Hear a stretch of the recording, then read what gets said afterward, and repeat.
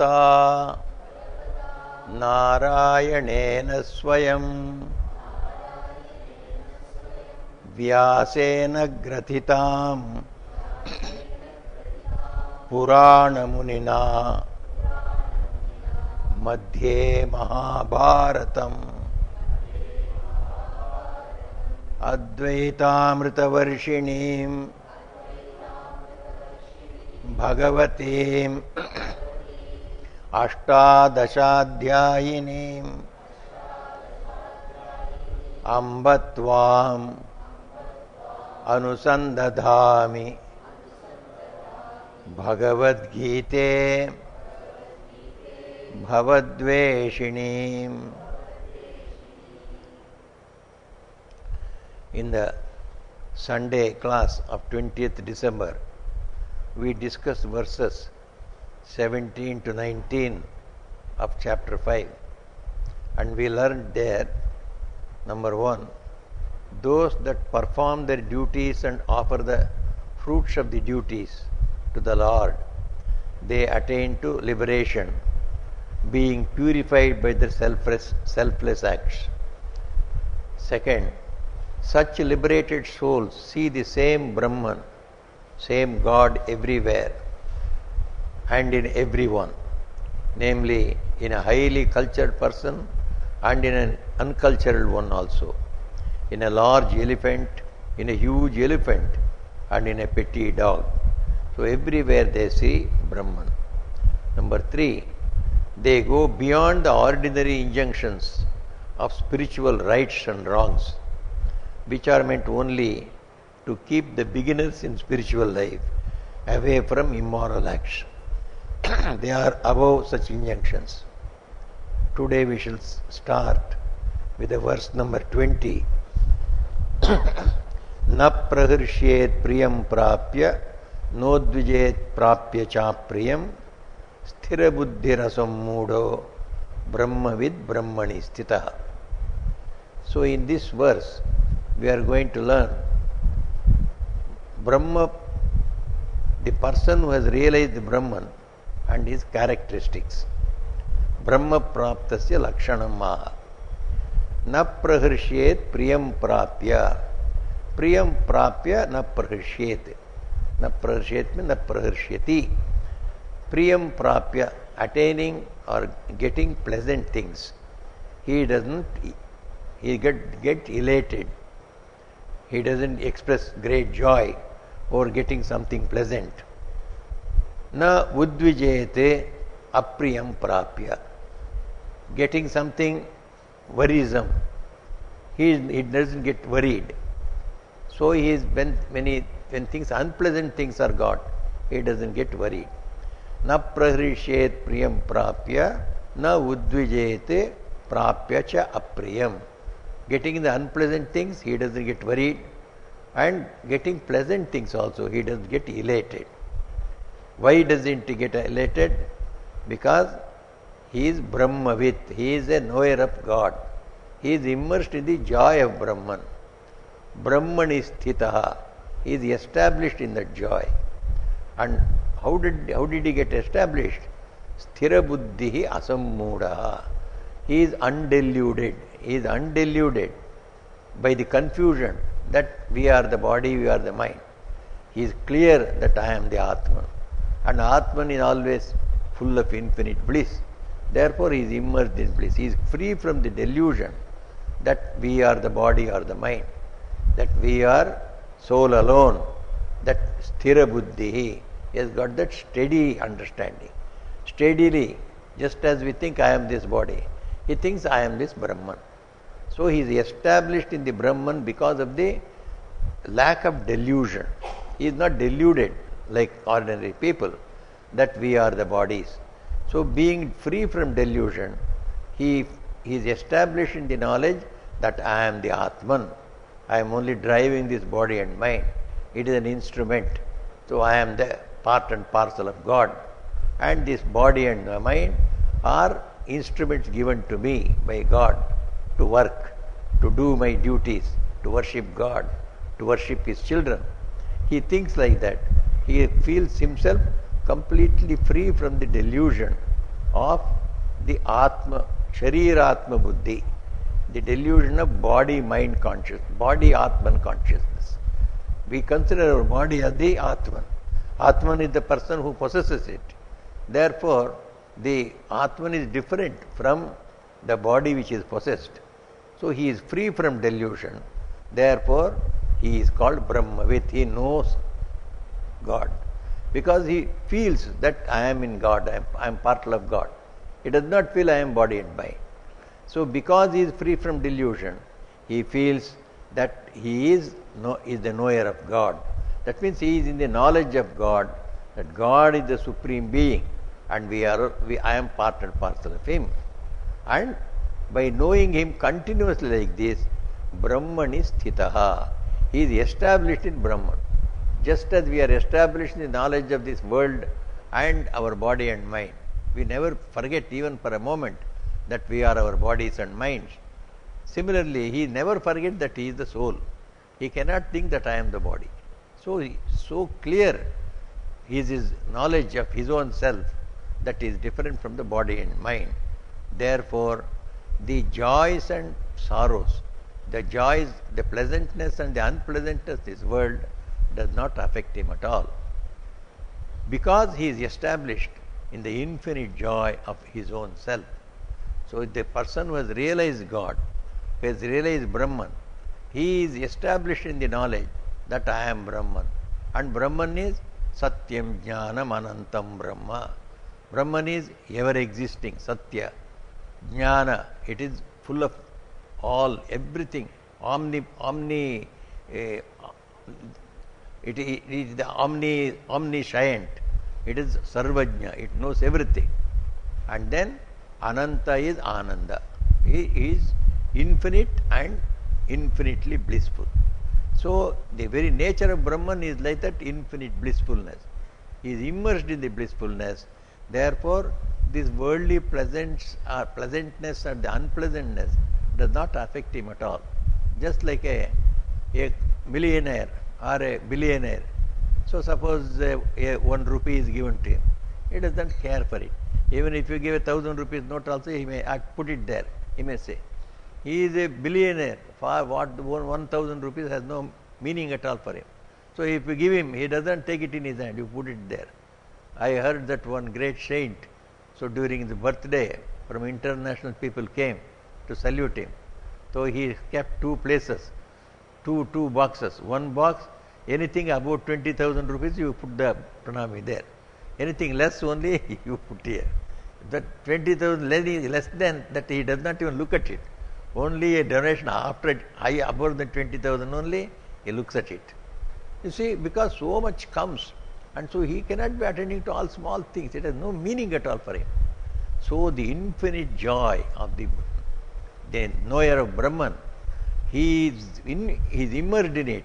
The ordinary pleasantness when it comes, oh, you have got a lottery prize of 10 lakhs of rupees, keep it aside. So he has no value for it at all. And somebody says, you lost all your property in such and such an accident. Let it, that doesn't matter. So unpleasantness does not touch him. Pleasantness also touch him. So he is not elated at the pleasant things. Na praharishet priyam prapya. Priyam prapya, attaining to pleasant things, getting pleasant things, na praharishyati. He doesn't get elated. He takes it in the stride. All right, it has come, it has come.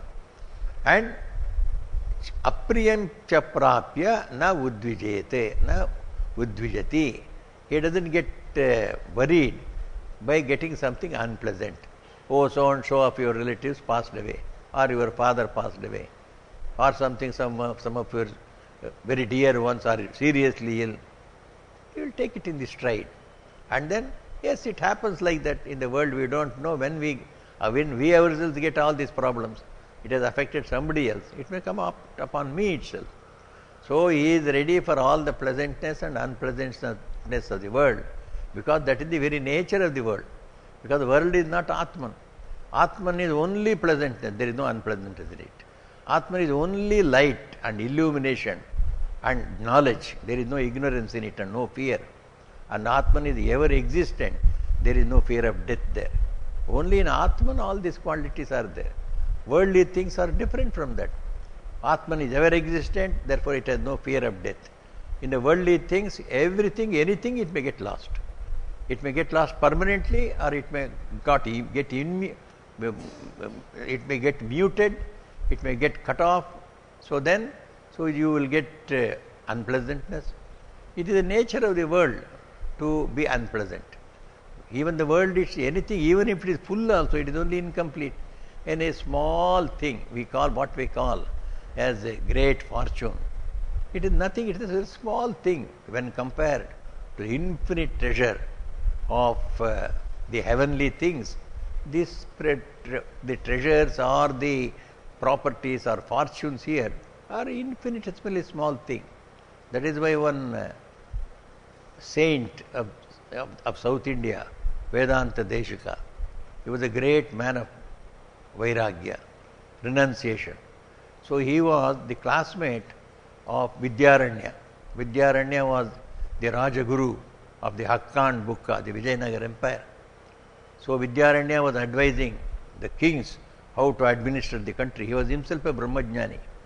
So Vidyaranya is considered to be the second only to Shankaracharya in the Shankaramat Sampradaya. So such a great man.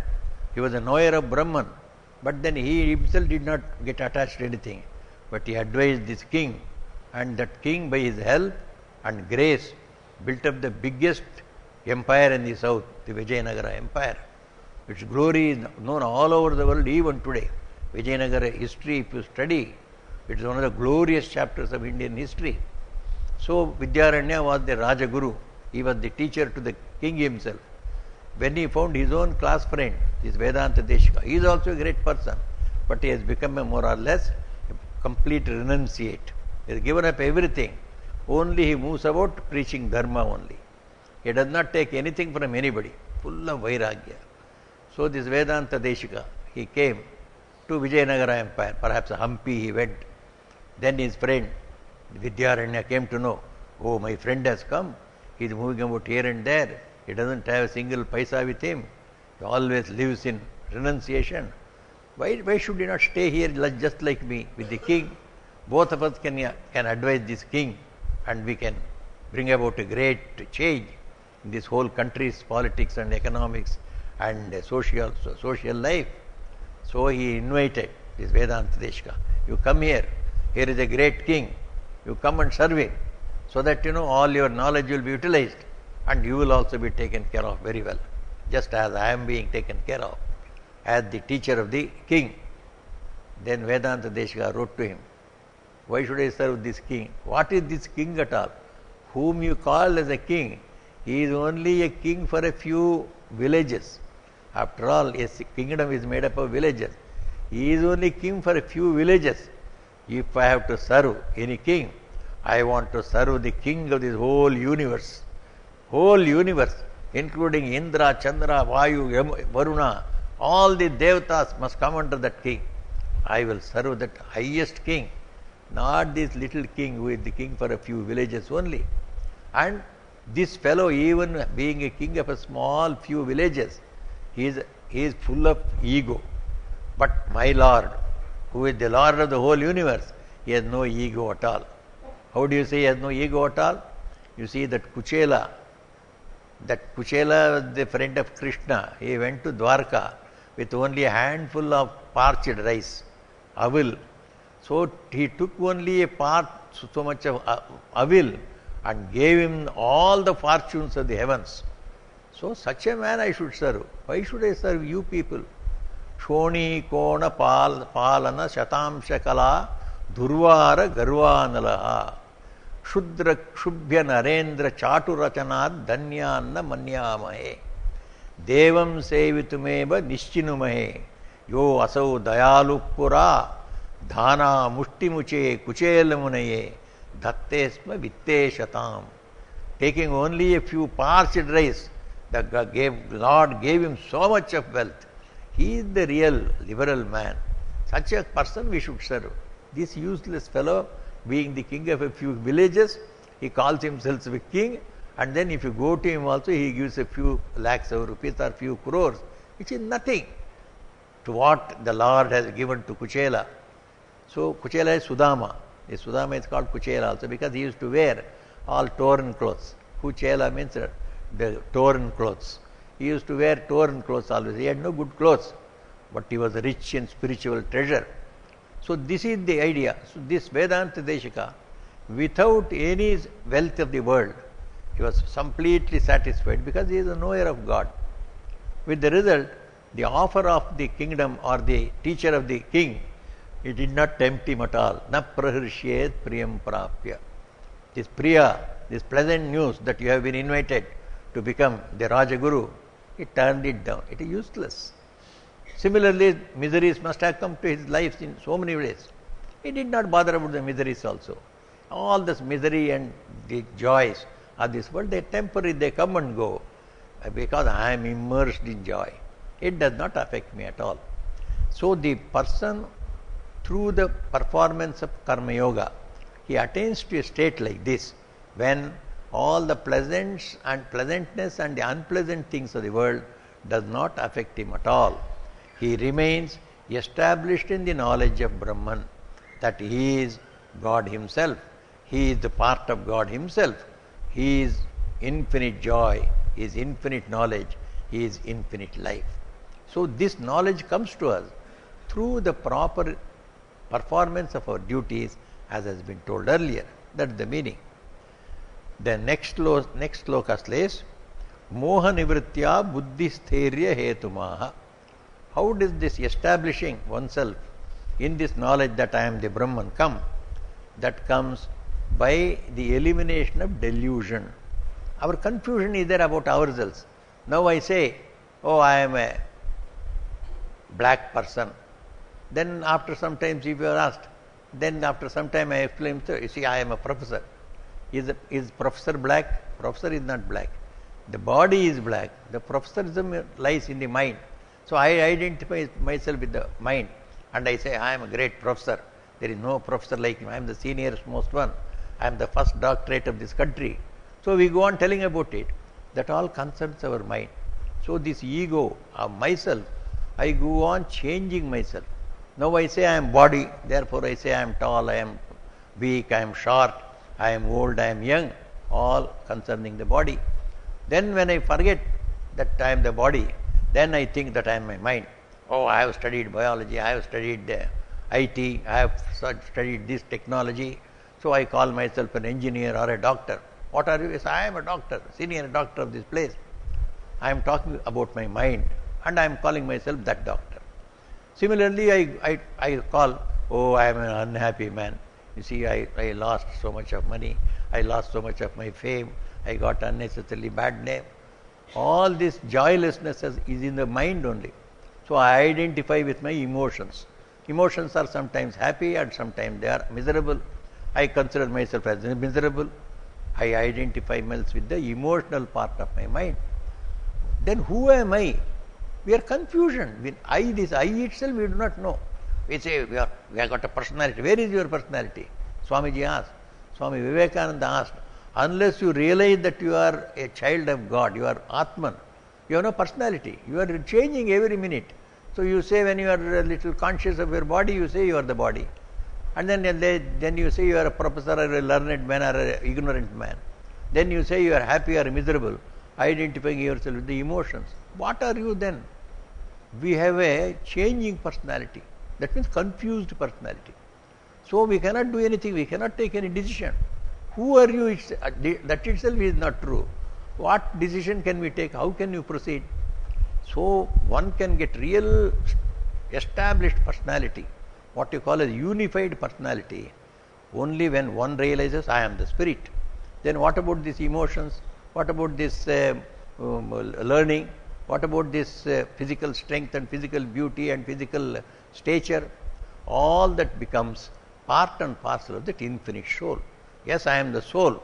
When I operate through the mind, the emotions, so I say that I am happy or unhappy. When I identify with myself with the mind, I say I am the learned professor. When I identify with the body, then I say I am the tall or strong or so and so. But real I is, I am the Atman, unchanging Atman. It attaches itself. Suppose I drive a Ferrari, then I am called a Ferrari driver. Then if I drive only an ambassador car, so he is an ambassador car driver. So different cars we are driving. Our different bodies are like different cars. Then people have their own respect for different cars. Some people say Hyundai is the best car. Some people say no, ambassador is better. So how it is we do not know. But people have their own attachments. So some people are attached to somebody because they look like so and so. Somebody is attached to them because they don't look like that. Because such and such a person is my enemy. Oh, nobody should look like him. He must look dislike him, unlike him. So we have no personality of our own. Whereas a man who has realized God, he has an established personality that I am a child of God. No, nothing can change me. There is no pleasantness or unpleasantness for me. I am always pleasant. There is no ignorant time, there is no sleep, there is no darkness for me. I am always in the light. I am always aware. I am the child of God.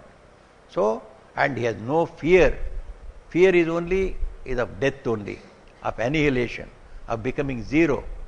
It can never happen to me. I am an infinitely living person, ever living person, immortal soul. This is the real personality of all of us.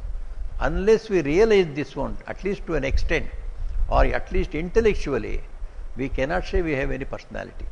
Those people who say that we can take steady decisions, we are not moved away by anybody, then we take objective decisions.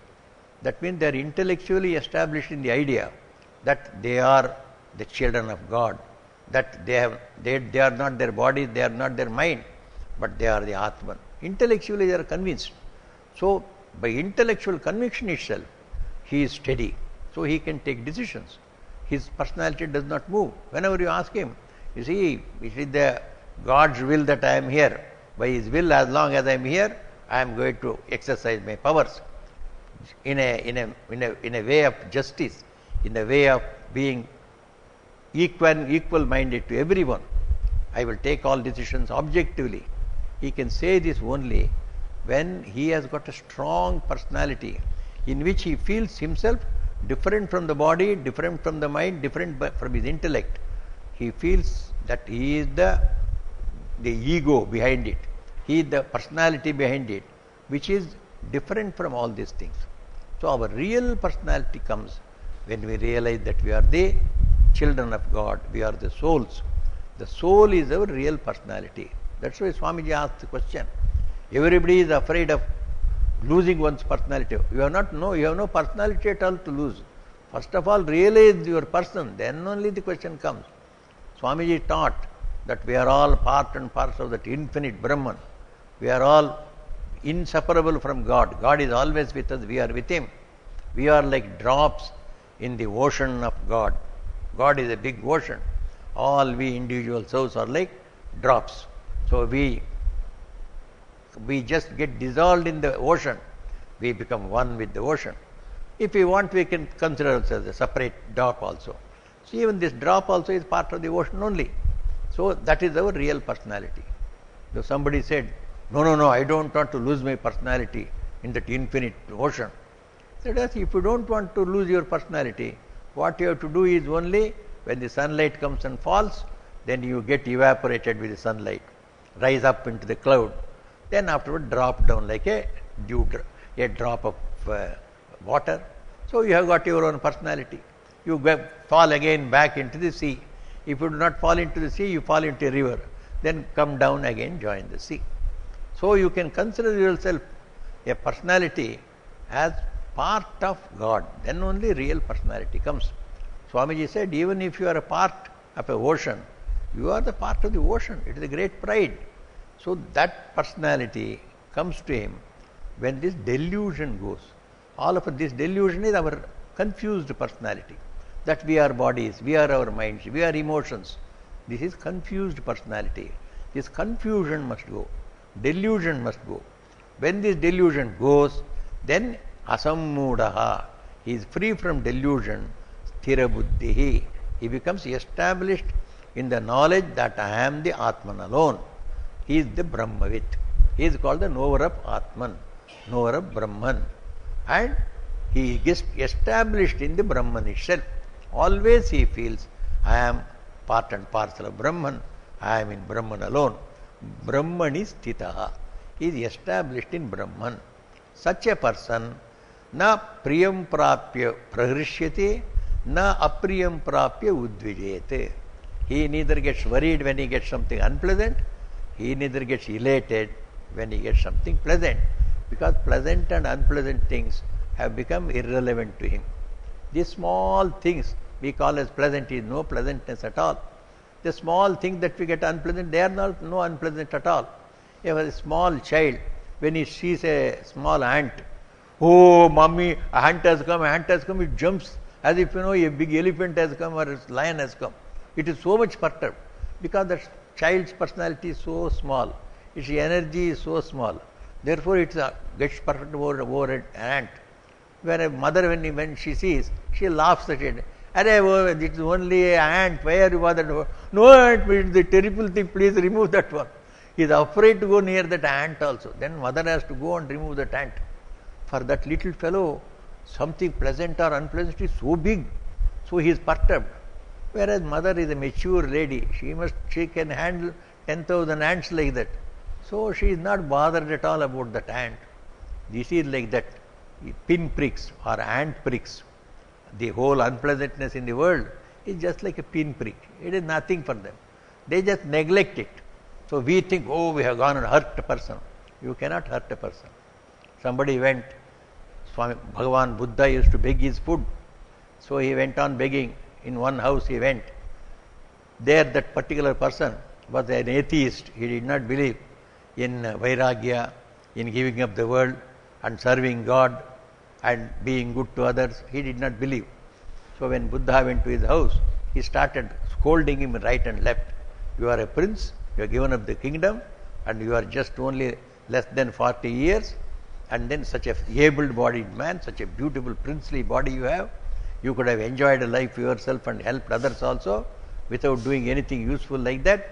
You are going like a beggar. Why should I give you? He did not give him alms, but gave him a lot of scoldings only. Then Buddha heard everything. And then in the end, Buddha spoke. Sir, have you finished? He said, yes. Shall I tell you a few things? Yes. Suppose you send a parcel of gift to somebody and he refuses that parcel. What will happen to that parcel? It will come back to me. I refuse your parcel, he said, and came away. All the scoldings he told, it has gone back to him. You see, his parcel has not been received. He was not perturbed at all. So you have scolded me, I don't take it for granted. I am not moved at all by it. You are talking out of ignorance. Why should I bother? An ignorant man comes and calls you a fool. Should you fight with him? Hey, why did you call me fool? He is a fool to has called you a fool without knowing you. Suppose you fight with him, you are proving you are a fool. So when somebody calls you a fool, don't fight with him to prove that you are a fool. Never quarrel with a fool. Allow him to be a fool. So great people, unpleasantness comes, pleasantness comes. They are unmoved by that. Then moha nivritya buddhi sthiryam hetum aha.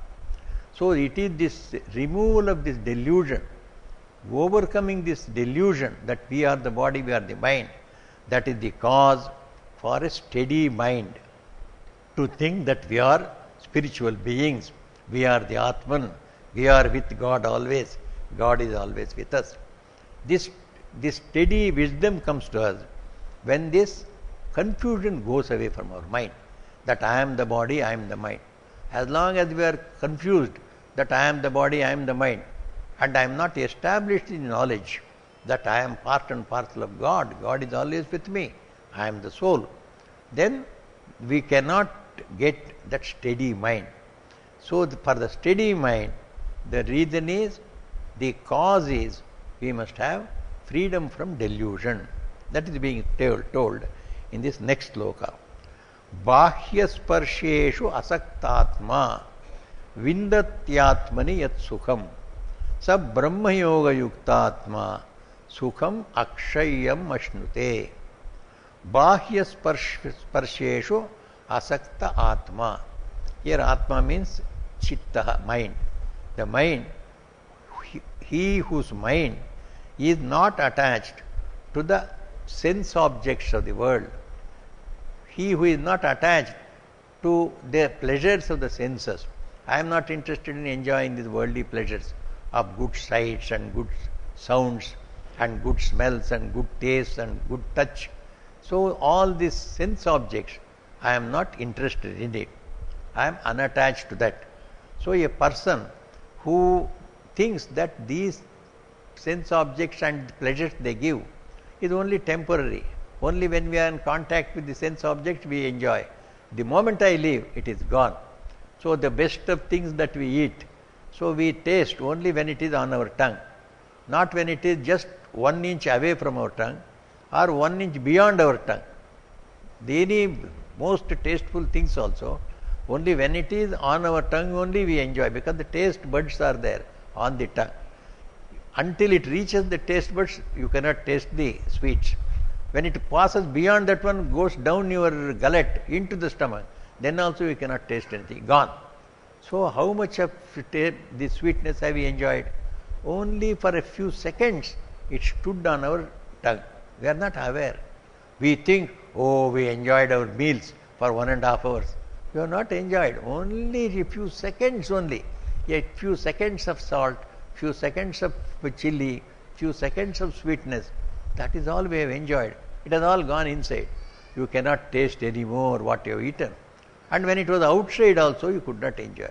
So he thinks like that. Bahya sparsheshu asakta atma. Therefore, he is not interested in the enjoyment of the senses, sense objects. Because sense objects, when they are in contact with our senses, we enjoy. And that contact is very short. We go and say, oh, this is a very nice cloth. So we touch. So as long as you are touching, you feel the softness of it. As soon as you remove your hand, the softness is gone. How soft was it? I don't know. I touched it, it was very soft. How soft? Was it softer than this? I cannot tell now. You see, we have forgotten. Suppose you are given another one softer thing. You cannot judge whether the earlier one was softer or this one is softer, because we have forgotten. They only as long as the senses are in contact with the sense objects, we enjoy it. So we don't discriminate. Think about this. Therefore we think, oh, such soft things, we must have many soft things around. We must be touching these soft things. Only that is very coming and going, evanescent, temporary. So the temporary nature, changing nature of this world. Thinking about that, asaktatma, he is not interested in any of them. Atmani yat sukham vindati. As soon as a man gets unattached to the joys of the sense world, he gets tremendous peace. Many times the mature people, they experience more peace than immature people. Immature people, they run after this, run after that. So suppose you say this is not good. So you say all the things like that will not be good, but they never discriminate like that. So suppose you say this mangoes in this season, they are not good. This season has been bad. So mangoes are bad. So you say maybe this mango is bad, some other mango may be good there. But the season is the same, and all the mangoes in the season have become bad. So we don't realize that.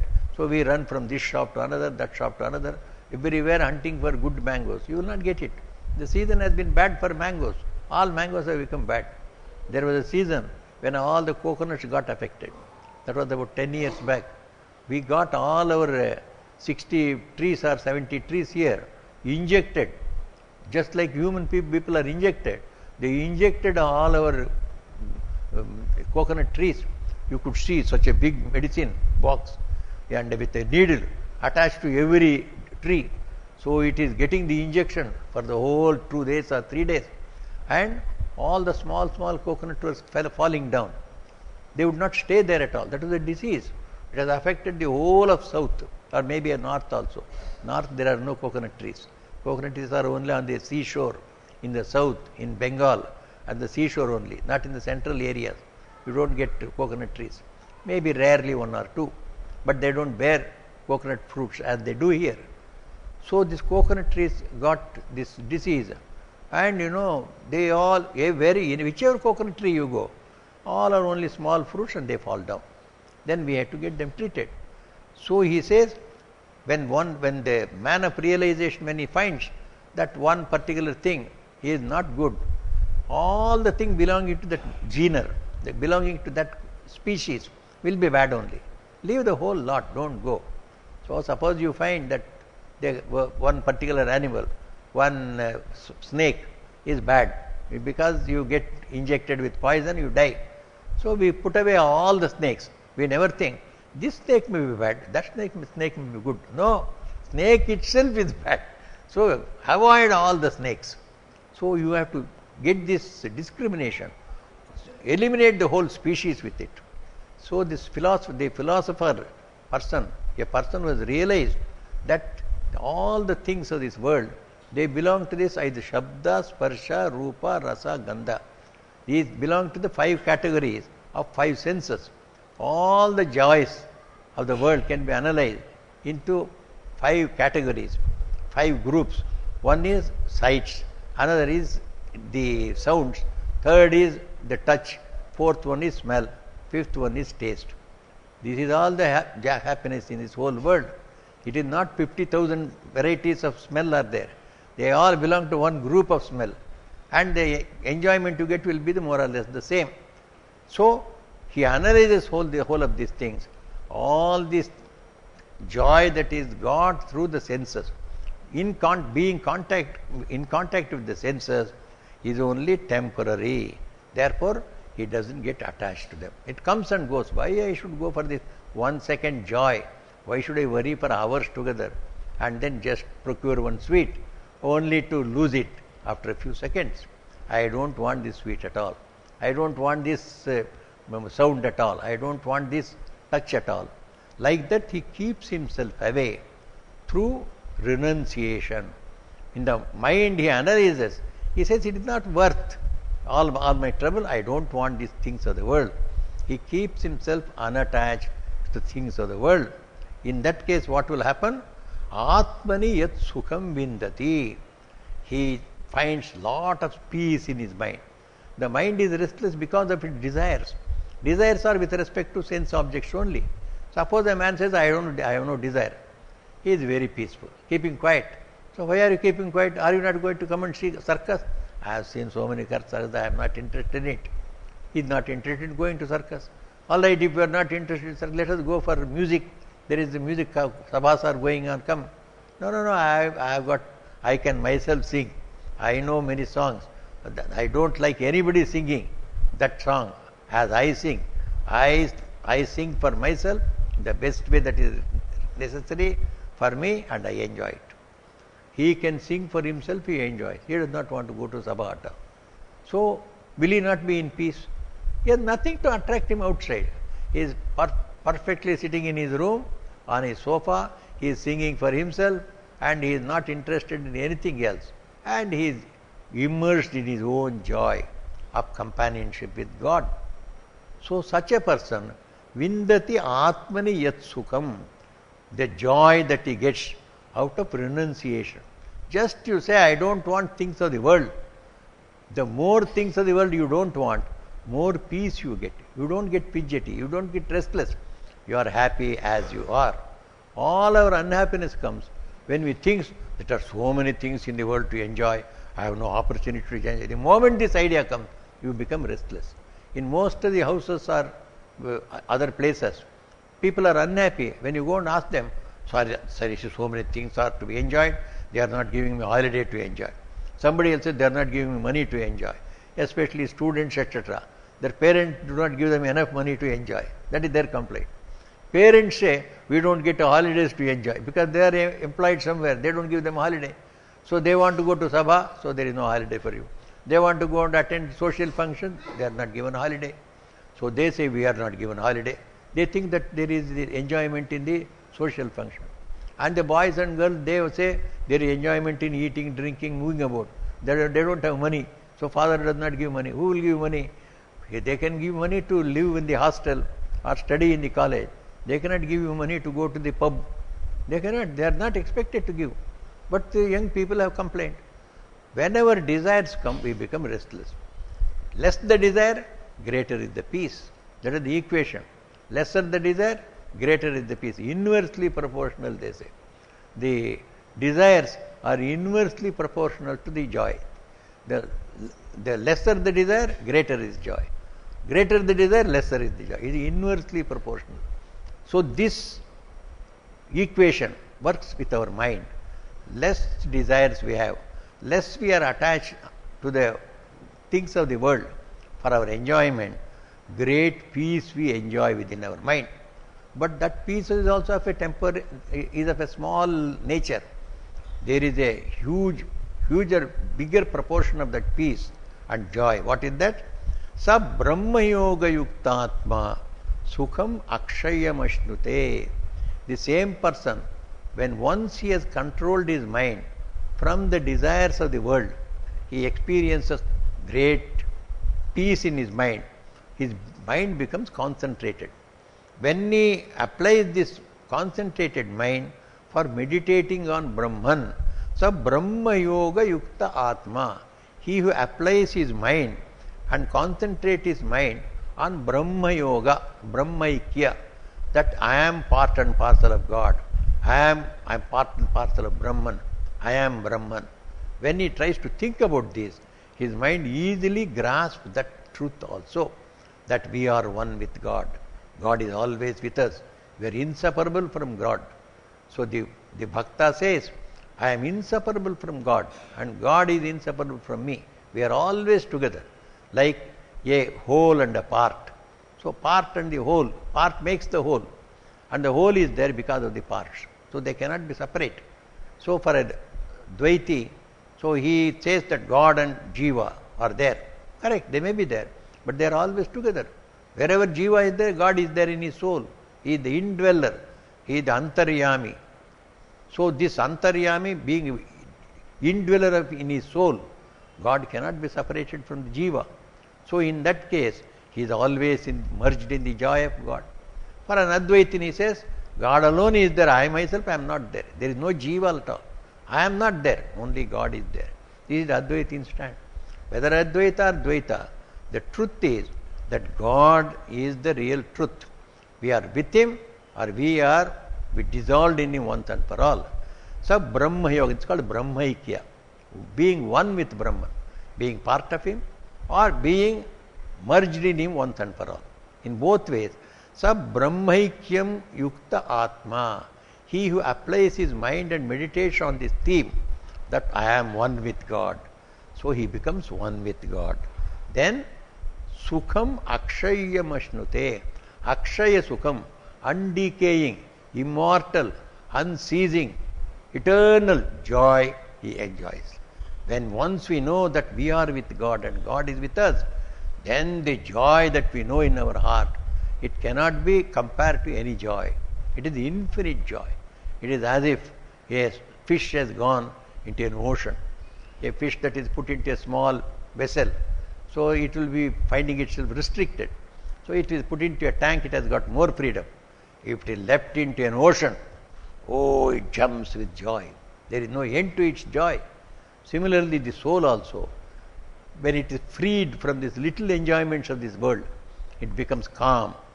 With that calm mind, it begins to meditate on its oneness with God, and it finds itself one with God. The presence of God, when we feel in our heart, we feel immense joy, more joy than what we can get from any of the sense objects. Any of the sense objects, they come and go. Whereas the joy of God, when once you realize it, you will never leave it. That is how spiritual people, when once they enjoy a little of spiritual peace and joy, they are not interested in the worldly things. It is very natural. Suppose we enjoy higher things, naturally we give up the lower things.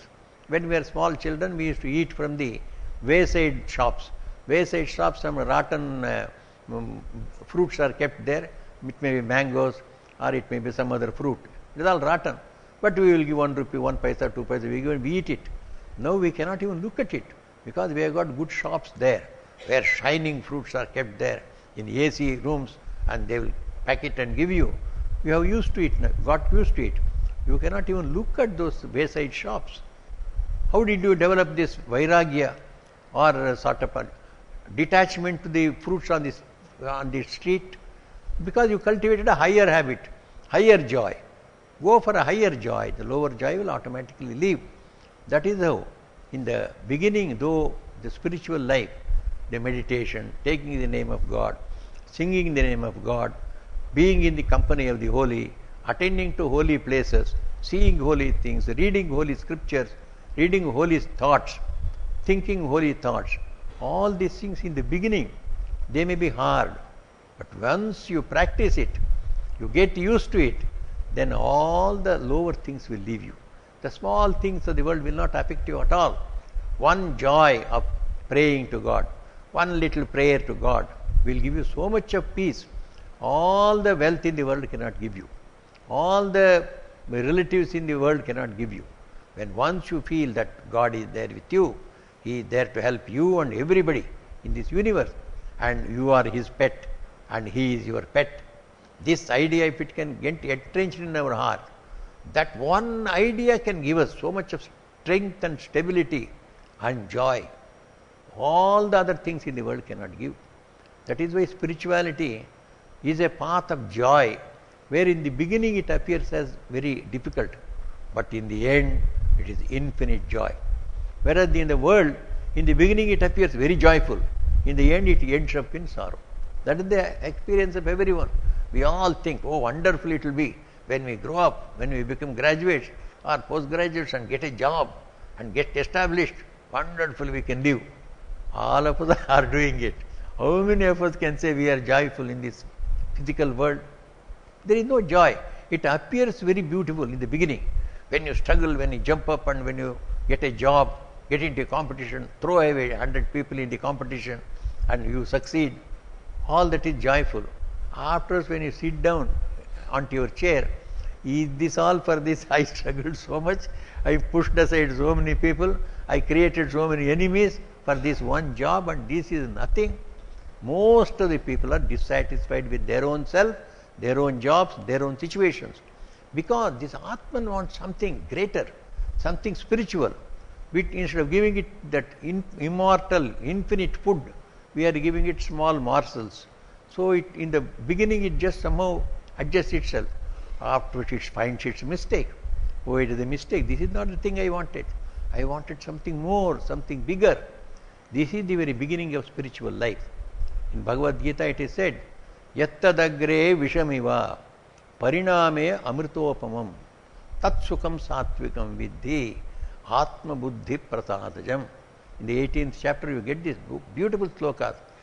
Joy is not, all joy is not the same. There are 3 types of joy, he says. We never even think about this. Joy means joy we think. Eating for somebody is joy. Drinking is somebody's for joy. Running about is somebody's joy. So some creating problems for others is somebody's joy also. So people have their own idea of joy. So joys are not the same. It can be categorized into three levels or 3 categories. One is Sattvika joy, second is Rajasika joy, third one is Tamasic joy. The Sattvic joy is Yattad Agre Vishamiva. It appears bitter in the beginning. The meditation, the prayer, going to good places, thinking about God, hearing about God, hearing about our own soul, that we are immortal, we are not our body. To hear this, in the beginning it doesn't taste well. What is this? It looks very dry, something unworldly, unpractical. All these ideas will come. But we must persevere. If we persevere, then after some time we start enjoying the spiritual talks, the spiritual ideas. Then the real spiritual benefits will come. Always the mind is full of peace. We are overcoming our fidgetiness, our restlessness. We are calm, steady. We are able to take decisions. Clear vision is there. All this comes slowly, slowly. You start enjoying the spiritual life, but started with unpleasantness. Whereas in the worldly life, that's called the Rajasic joy. Vishayendriya sanyogat yattad agre amrutopamam. This was very bitter in the beginning, whereas the joy of the senses, as soon as you go and then pick up a sweet and eat, immediately you enjoy it. There is no difficulty about it. So to meditate, go on immediately, it is not so easy. It is bitter. Whereas to go and eat a laddu or a rasagulla is very easy. So, agre amrutopama. In the beginning it's very sweet. But after eating a few laddus, when the stomach gets upset, Then you see, is this all the thing? I went for joy and now I have got stomach trouble. I should not have eaten so much. But who will control you? The senses are so strong. Your mind says, no, no, you have already taken a half a dozen laddu, don't eat. With all that, oh, where will you get this good laddu? We can take, I can digest. I am only a young man. If I don't eat now, when will I eat? There will be friends also. I eat, I say, what is there? The digestive tablets are there, you take it afterwards. You listen to everybody. But you are mad. Yattadagre amrutopamam. It looks so sweet in the beginning. Pariname vishamiva. In the end, it ends up in misery. Joy starts with joy and ends up in misery. Starts with difficulty, ends up in joy. Which would we prefer? The first we should prefer. But how many prefer? So this is where our discrimination comes. The guidance of the holy people will come. So they should guide us through the hard path. Today our young people are to be guided to the hard path. Go through the hard path. Go to difficulties. Struggle hard. Concentrate your mind. Make your mind pure. Make your senses pure. Then achieve something in your life. This should be the drama of your life. Not that is on the TV screens or on the screens in the cinema halls. Don't go for the screen. You yourself make your life itself as a drama. That you enjoy it. Make a enjoyable drama of your life. It's hard, but hardness in the beginning will bring you joy, a unceasing joy in the end. That is the nature of the sattvic joy. So here, the same thing is being told. Bahyasparsheshu asaktatma vindatyatmani yat sukham. By giving up attachment to the joys of the external objects, one attains great peace. By applying this peaceful mind to the idea of that I am with God, I am one with God. Brahma Yoga Yukta Atma, Brahma Aikya Yukta Atma. He who attaches his mind and meditates on the oneness with Brahman, Akshayam Sukham Ashnute. He enjoys the immortal, undecaying joy of God. So, this undecaying joy of God, when it comes, then you see that Vairagya is a great thing. For such people, attachment to the world is something like a poison. It takes away the immortal joy, unceasing joy of God. That is why if you offer anything worldly to a saintly person, he would not accept, not only accept, he would express his displeasure at things of the world. Things were offered to Tyagaraja. So the king sent him lots of presents for only one thing. He should come to the darbar and he should sing for the common people that are there. Then Tyagaraja said, I never sing for common people. I sing only for my Rama. I sing for God, and God in turn gives me joy. So we are happy with one another. I don't want to sing for people. Then the king became very angry. What?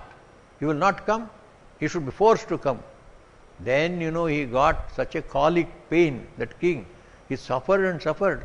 So all the Vaidyas came. In those times, Vaidyas could diagnose even the mental diseases also.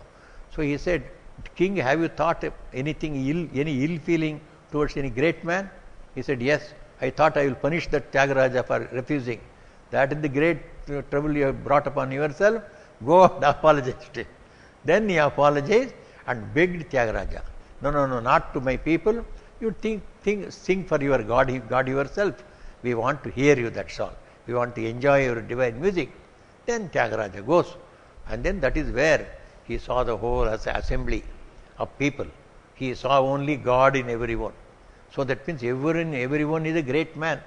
Mahanubhavalu. Then he sang that song. Endaro Mahanubhavalu. Andariki Vandanamu. He went on saluting the whole assembly, saying, how many great people are sitting here, and for everybody I salute. He starts that song. That is one of the great songs of Tyagaraja, seeing God in all the people that are in the assembly. So this joy, how did he get? He refused the riches sent by the king. How could he do it? Because he has got that immortal joy, infinite joy of God. When it comes, then naturally the Vairagya comes. Vairagya is the ornament of a person who has realized God. If you want any characteristic of a man of realization, You find out from the vairagya he has got. He should detest the things of the world. He will not indulge in any worldly joys. He says no to everything, what we call as the biggest joy. He would not even touch with a barge pole. That vairagya comes naturally to him. Prajahati yada kaman sarvan partha manogatan atmanyeva atmana tushtaha sthita prajnastadochyate. The man of God is described in Bhagavad Gita is, he has given up all desires from the mind itself. We can give it from our bodily side. All of you are here. So you are not enjoying anything of the world. You are sitting here in this hall, enjoying only the Bhagavad Gita. So you have renounced things of the world for a time being, only physically. In your mind, all desires are there. As soon as you go out, whatever desires are, they will come out. And you will enjoy it in your own way. That is very easy. Physically giving up is very easy. Giving up from the mind itself, when you go out also, you don't have any desire at all. That, if you are a God realized soul only, it can happen. So Bhagavad Gita says, Prajahati yada kaman sarvan partha manogatan. That which is in the mind, even all those desires are also not present in the man of realization. He has no desire in the mind itself. Like a child.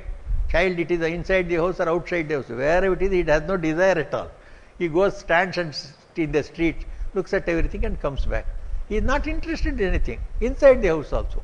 He has no desire. Therefore, he has no distraction. So, he is always in joy. So, here, the person who is not interested in the things of the world, enjoyment of the things of the world, he experiences a great joy.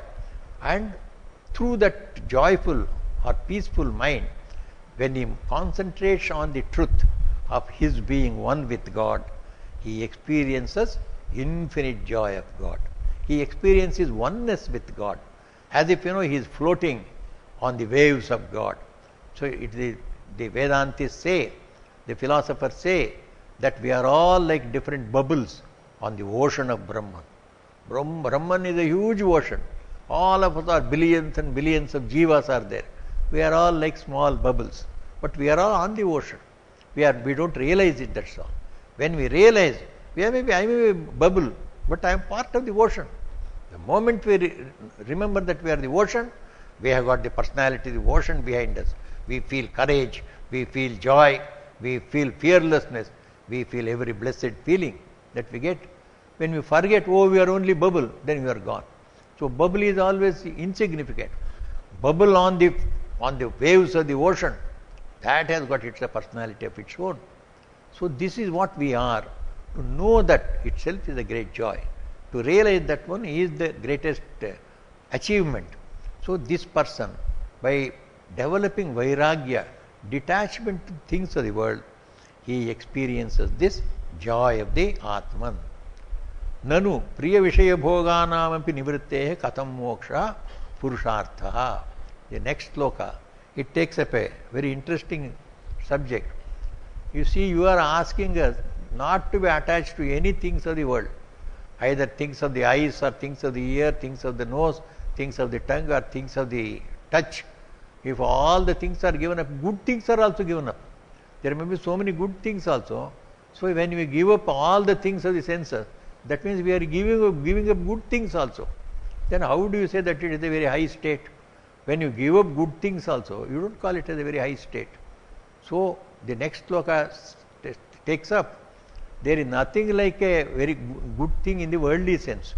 What we call as good things in the world is relative only.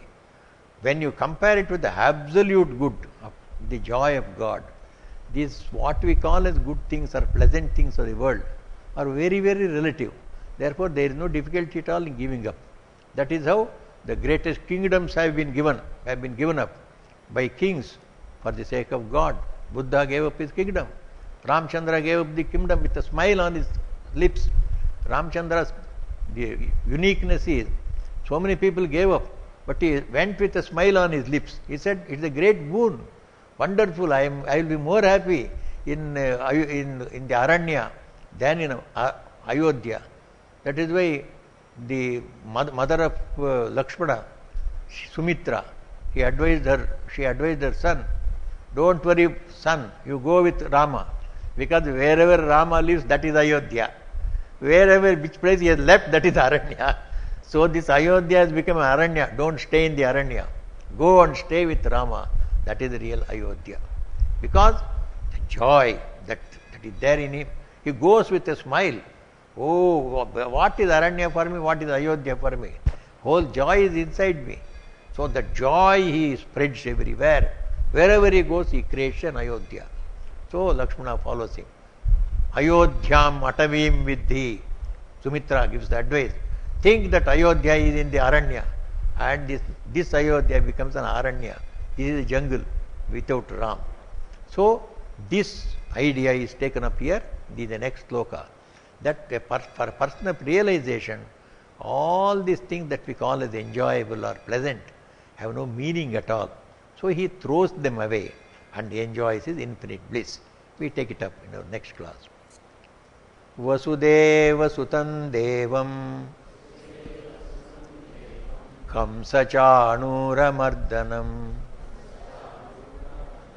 devaki paramanandam krishnam vande jagadgurum.